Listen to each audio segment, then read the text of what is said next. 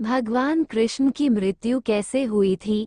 कैसे हुआ था यदुवंश का विनाश? महाभारत का युद्ध इतिहास के सबसे बड़े धर्मयुद्ध के रूप में देखा जाता है। ये युद्ध हस्तिनापुर के राजा धृतराष्ट्र के पुत्र मोह तथा उनके पुत्रों के अत्यधिक महत्वाकांक्षी होने के कारण लड़ा गया था। महाभारत का ये युद्ध 18 दिनों तक चला, जिसमें भारतवर्ष के सबसे अधिक सैनिकों तथा योद्धाओं को अपने प्राणों की आहुति देनी पड़ी थी। गांधारी द्वारा श्री कृष्ण को श्राप। 18 दिन तक महाभारत के युद्ध के बाद, जब दुर्योधन का अंत होने के बाद उनकी माता गांधारी बहुत दुखी हो गई थी। वह अपने बेटे के शव पर शोक व्यक्त करने के लिए रणभूमि में गई। माता गांधारी महाभारत के युद्ध होने का कारण श्री कृष्ण को मान रही थी, क्योंकि वह जानती थी कि यदि श्री कृष्ण चाहते तो ये युद्ध होने से रोक सकते थे। रणभूमि में भगवान कृष्ण और पांडव भी उसके साथ गए थे। अपने बेटों की मृत्यु से संतप्त हुई गांधारी ने भगवान कृष्ण को मृत्यु का शाप दे दिया और कहा कि जैसे हमारे पूरे वंश का नाश हुआ है, वैसे ही यदुवंश का भी विनाश हो जाएगा।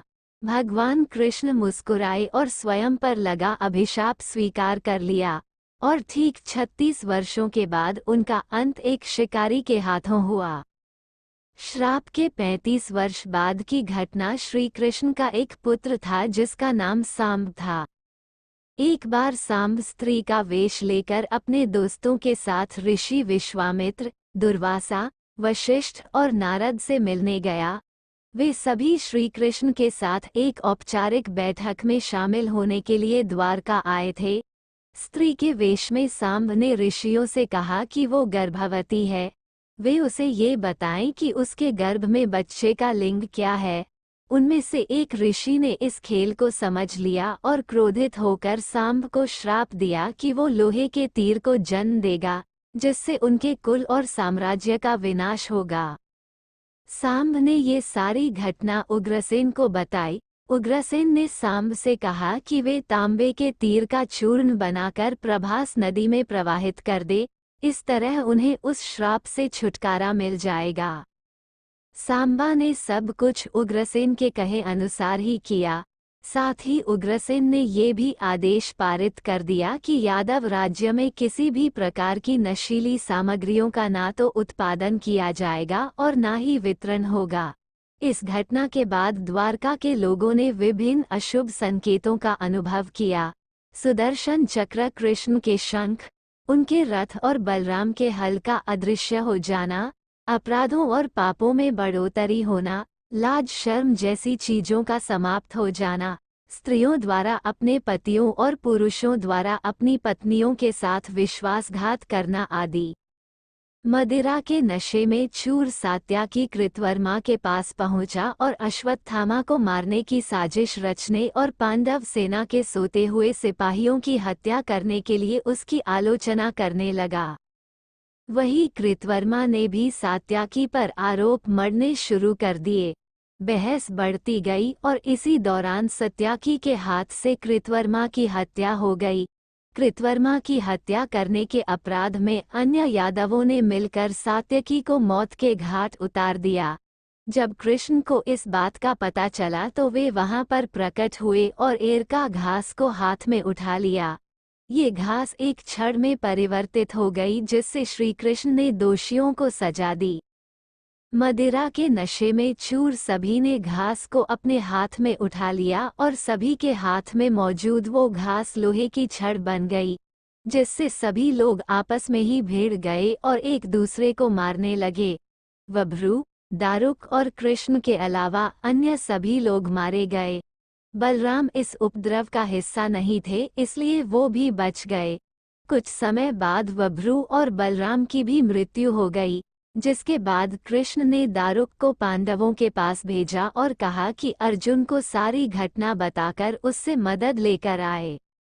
श्री कृष्ण की मृत्यु। दारुक इंद्रप्रस्थ की ओर रवाना हो गया और पीछे से ही श्री कृष्ण ने अपना देह त्याग दिया। कृष्ण की मृत्यु की घटना प्रभास नदी से ही जुड़ी है, जिसमें लोहे की छड़ का चूर्ण बहाया गया था। लोहे की छड़ का चूर्ण एक मछली से निगल लिया और वह उसके पेट में जाकर धातु का एक टुकड़ा बन गया। जीरू नामक शिकारी ने उस मछली को पकड़ा और उसके शरीर से निकले धातु के टुकड़े को नुकीला कर तीर का निर्माण किया। कृष्ण वन में बैठे ध्यान में लीन थे। जीरू को लगा वह कोई हिरण है। उसने कृष्ण पर तीर चला दिया जिससे श्री कृष्ण की मृत्यु हुई। कुछ समय बाद अर्जुन मदद लेकर द्वारका पहुंचे और कृष्ण की मृत्यु की खबर पाकर अत्यंत दुखी हो गए।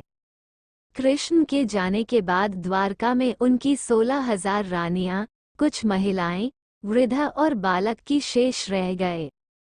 वे सभी इंद्रप्रस्थ के लिए रवाना होने लगे, परंतु जैसे ही लोग द्वारका छोड़ने के लिए तैयार हुए, जल का स्तर बढ़ने लगा। मलयच्छ और डाकुओं ने द्वारका पर आक्रमण कर दिया और जब अर्जुन उनकी सहायता करने के लिए अस्त्र चलाने लगे तो वे सभी मंत्र भूल गए। द्वारका नगरी पानी में जलमग्न हो गई। अर्जुन, श्री कृष्ण की कुछ रानियों और शेष प्रजा को लेकर इंद्रप्रस्थ आ गए और वापस आकर सारी घटना युधिष्ठिर को बताई। भगवान कृष्ण का पूरा यादव वंश धीरे धीरे समाप्त हो गया और द्वारिका समुद्र में डूब गई जहां वह अभी भी हैं।